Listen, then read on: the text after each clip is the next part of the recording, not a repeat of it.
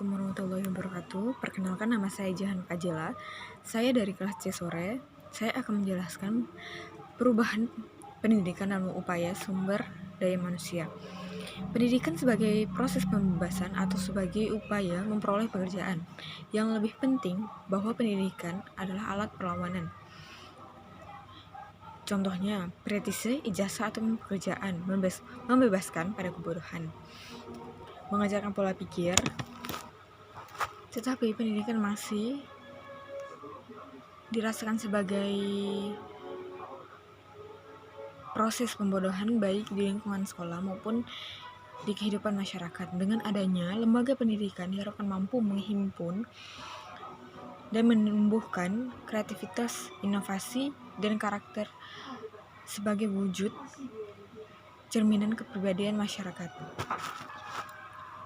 Yang kedua, pengantar profesi pendidikan. Masalah yang mempengaruhi dapat dalam pendidikan.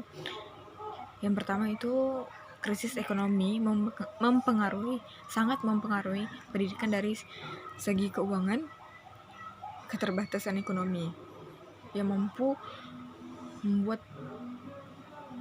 menyumbat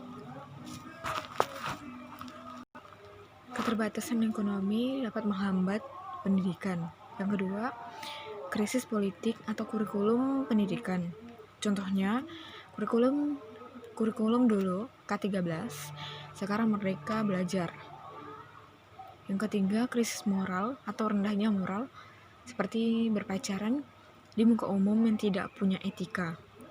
Yang keempat, krisis kepercayaan dalam proses kependidikan, seperti semestinya perlu sinergitas antara lembaga pendidikan atau kepercayaan pemerintah.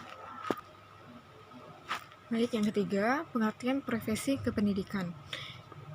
Ya, tidak lepas dari seorang guru, profesi merupakan suatu jabatan atau pekerjaan yang menuntut keahlian atau keterampilan dari pelakunya, ataupun pekerjaan yang membutuhkan pelatihan dan penguasaan terhadap suatu pengetahuan khusus.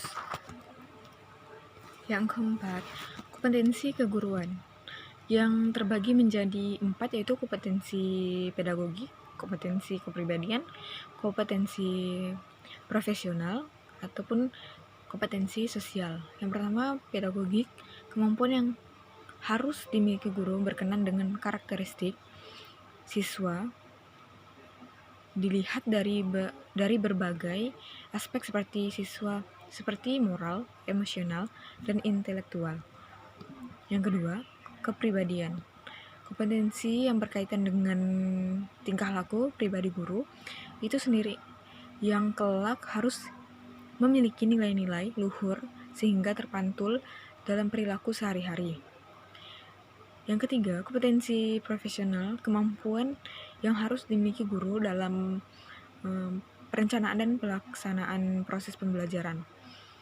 Yang keempat, kompetensi sosial, kemampuan guru untuk menyesuaikan diri kepada tuntutan kerja di lingkungan sekitar pada waktu membawakan tugasnya sebagai guru.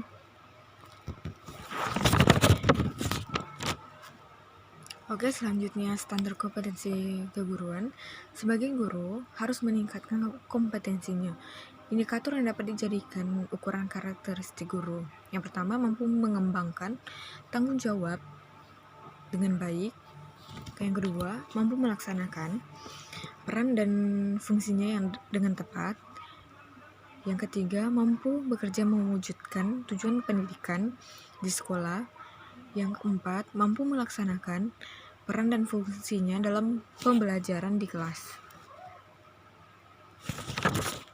Baik, sampai di sini saya menjelaskan tentang pendidikan.